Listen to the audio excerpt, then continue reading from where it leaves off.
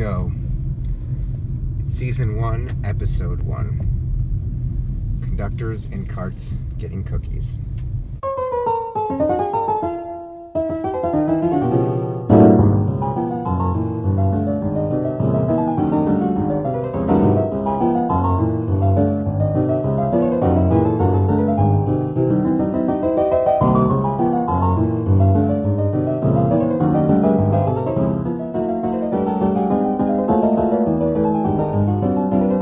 Welcome to the inaugural episode of Conductors and Karts Getting Cookies. My name is Anthony Barrese, and my special guest this week is Maestro Josh Horsch.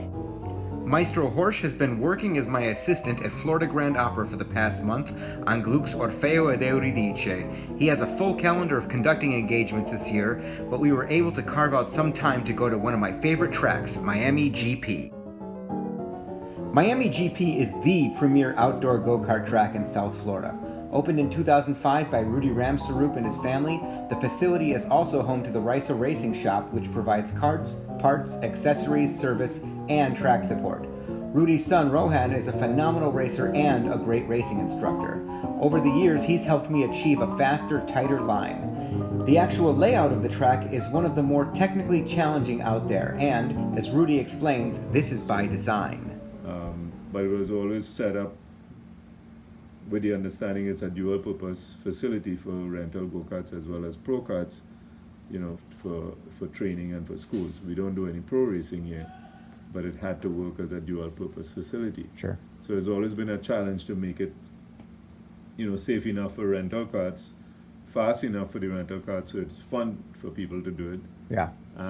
But then not too slow for the pro karts to not enjoy the experience of driving, you know, a higher horsepower kart on the track. Yeah. This was Maestro Horsch's first time at Miami GP. How you doing, Maestro? Good, how are you, Maestro? Good. You ready to do some go-karting? Absolutely. Alrighty. And we did 2 races, but for the sake of time, we're going to concentrate on his race.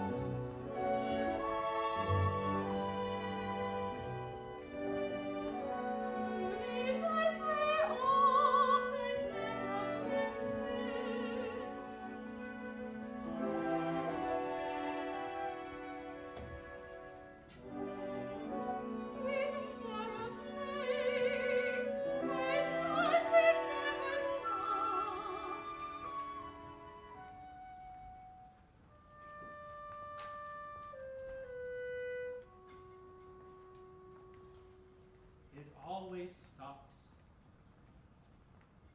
I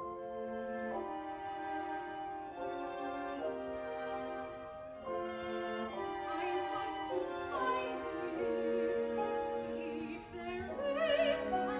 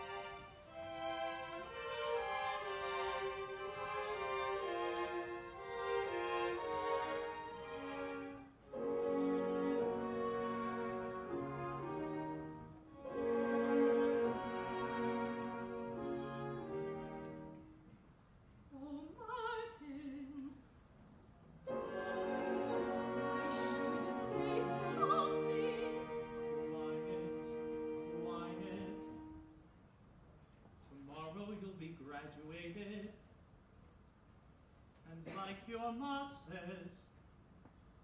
You won't be nervous anymore. Lori, you know, Lori, I'm getting tired of traveling through. My shoes are wearing thin. I'm getting tired of wandering, not caring where I've been. I'd like to stay in a place for a while and see a seedling grow. I want to come to know special skies, special rain and snow. A man must take a handful of earth and work it for his own. A handful of earth and a handful of seed, but how can he do it alone? I'd like to have a wife for a while. I'd like to take her hand and hold it tight. No, it was strong to lift our hands and sing our song. And when the days end came along, to walk out on the land. To walk out on the land.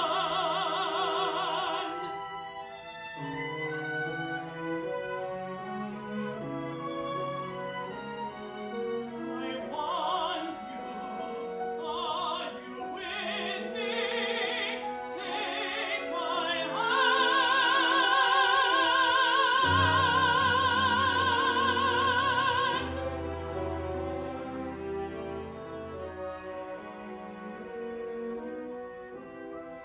Lori, are you ready for settling in with me?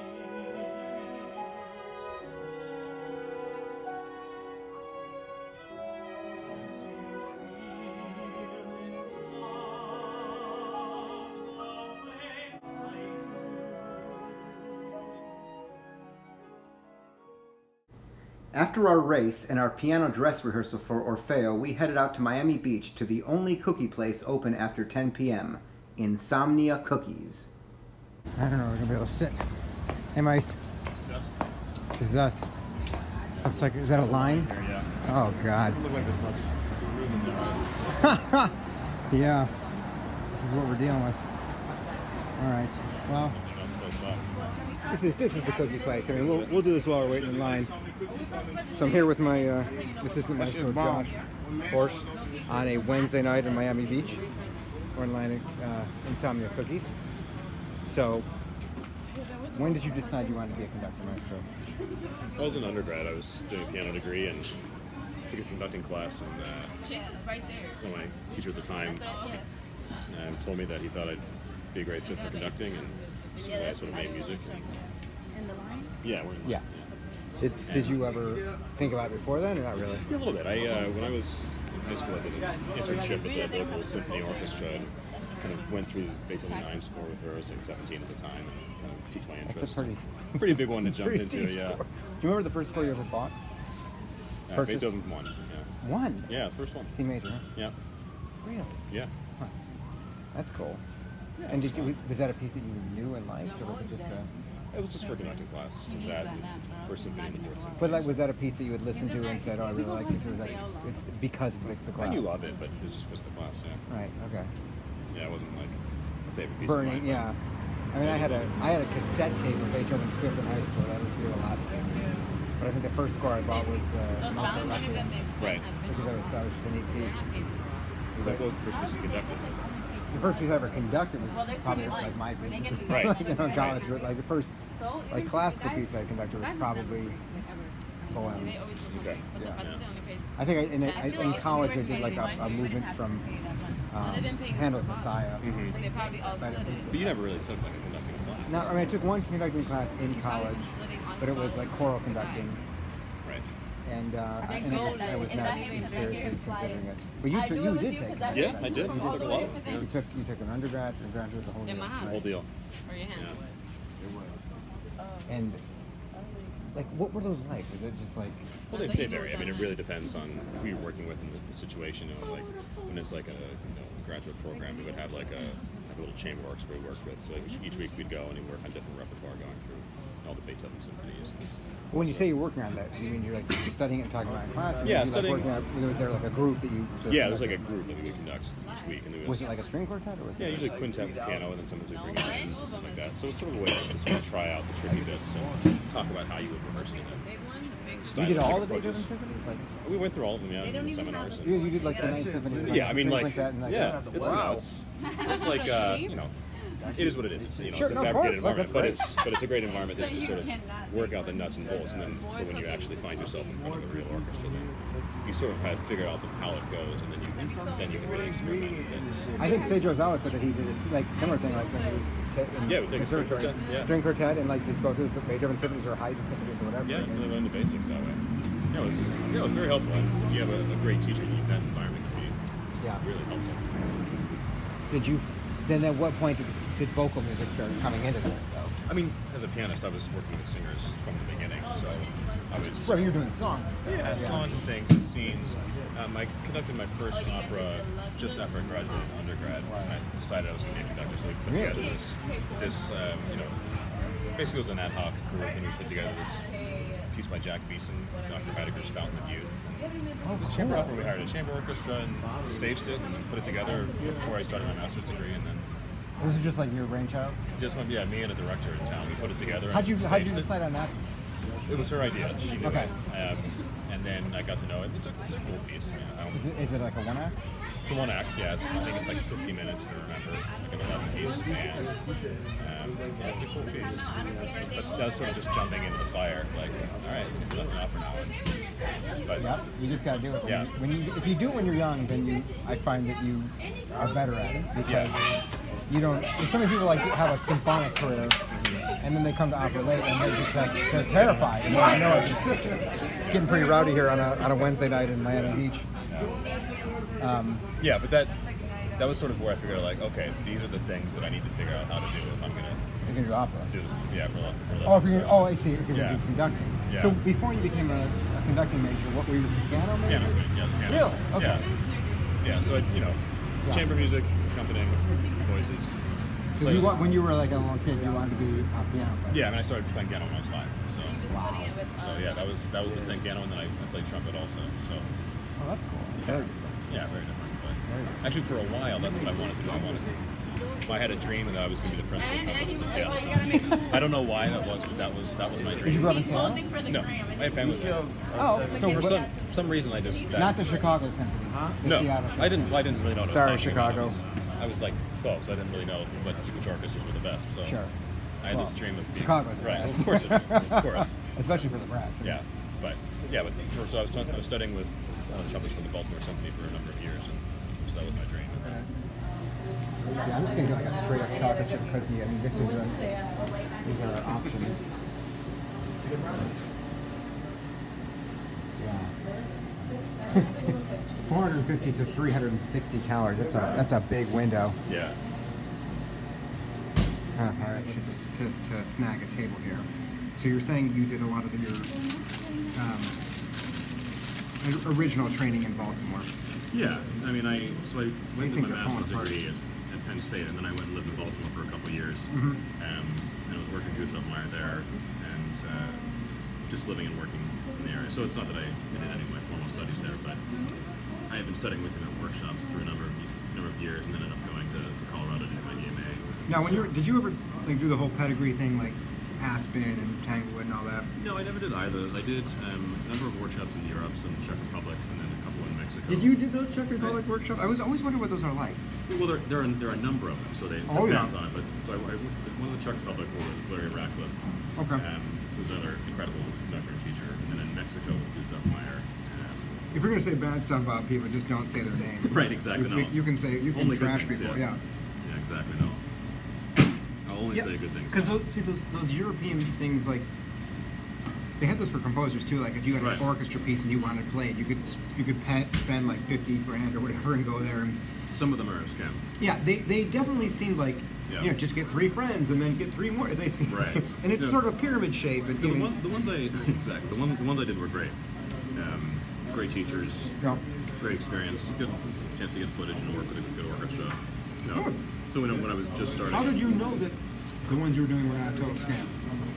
they've been recommended to me. The first one I did was in Mexico with Gustav Meyer.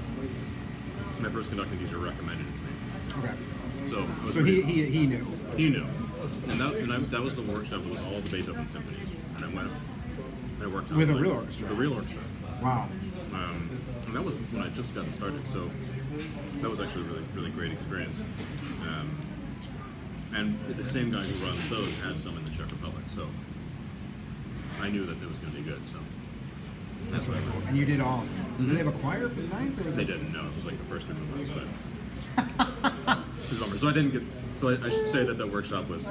You didn't even do like Everything the was- recitative, like the. We did. Yeah, we did that. We did that, of course. Yeah. Okay. Your experience is probably similar to mine. That like conducting really bad ensembles is one of the best ways of improving.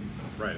You know, I always say that like my mom can get in front of the Metropolitan Orchestra, and opera orchestra, and they play They would fine. just But play. they would ignore her, like, but they Exactly. they would play fine. But like, you know, try and get like a group of ragtag people together who don't really want to be doing it in the first place, And don't know how it goes, right? and don't especially don't know how it goes. And that's the nice thing about opera. Right. A lot of the stuff they don't know how it goes. So it forces you Yeah. to be clear and you learn what you can get away with and what you can't. Right. I mean, I'm sure this music school you went to is very good, but there's no way that they knew that Jack. No, of course not. Not at all. Of course not.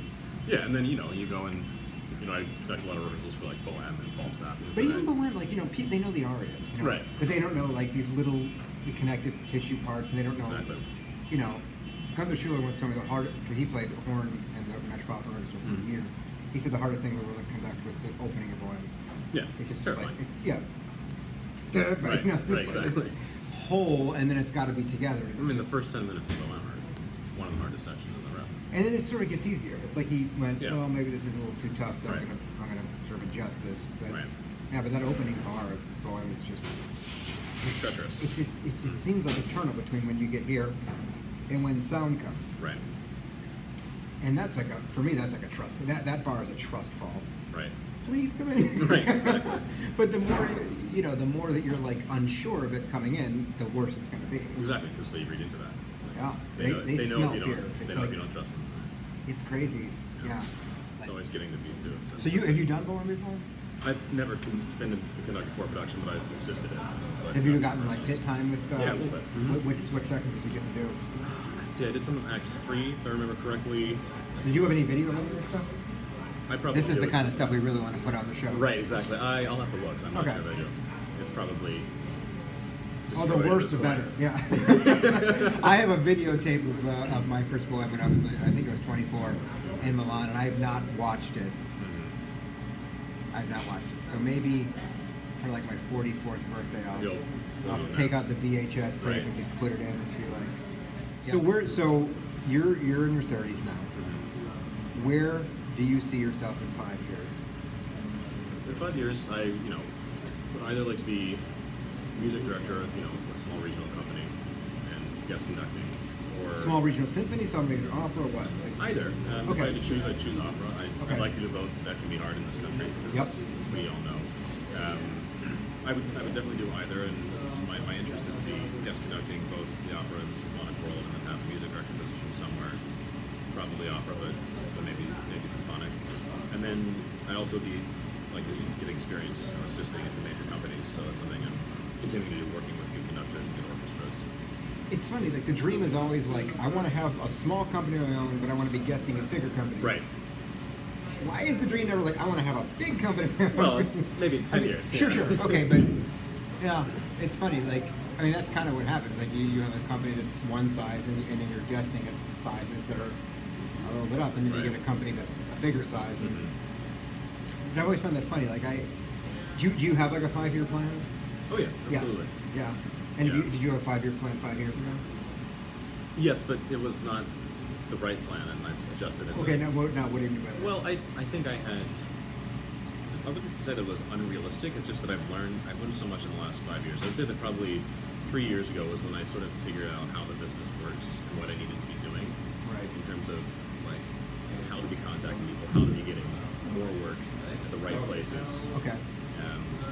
how to cast the net wide enough, and how to know when you found someone who can. So was it just too really help ambitious you. or just not focused? 5 Not years ago? focused. Okay. I was like, I really like opera, I really like orchestra, but I wasn't focused enough in the way I was pursuing. I was applying for a lot of stuff. No. And I think it's more. Did you ever do like a young artist program where you had to like play piano for like school shows and that kind of thing? Yeah, I played school shows in Pensacola, like doing a lot of outreach and Pensacola. yeah. Oh right, because you assisted on the AIDA. I did, yeah. Yeah. Yeah, so we did Jerry Shannon. exactly, yeah. So yeah, that was sort of like the putting in your dues, doing the outreach. Oh and yeah. I know it's an important because you It's learn a lot. absolutely important. You learn how to do like 2 school shows a day with Yeah. kids who really don't want to We hear it. did about 100 when I was there. So you really learn, I mean, especially the singers, learn how to really Yeah. be energetic. And what was all it the an time. AIDA that you put together? No. No, it was a John Davies show. It was like They did like Rigoletto tunes with different words. exactly. Okay, yeah. It was all about like Mozart and stuff, but no. But I mean, it's really. I think it's really important to have done that. Know what goes into doing it. Yeah. And like how to do the outreach and be on all the time. Yeah, I think it's you learn how to sink or swim, and you learn how to just do. I mean, you do 2 or 3 shows a day, right? Oh, yeah. And you could get. I mean, when I did it, it was in Kentucky, and we did a little Carmen. Sorry. And we took it like in a little. We had a little van that had set it, and we would strike it, we put it together, and we took it to like every school in Right. And you Kentucky. played?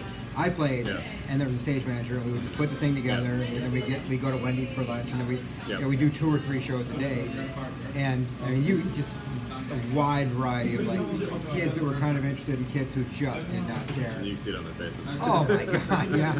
And it's hard to keep that enthusiasm up when they're just like, Yeah. yeah, we That's played great. in like cafetoriums and we played all different kinds of places. But yeah, I remember it was with some singers and occasionally we would get despondent.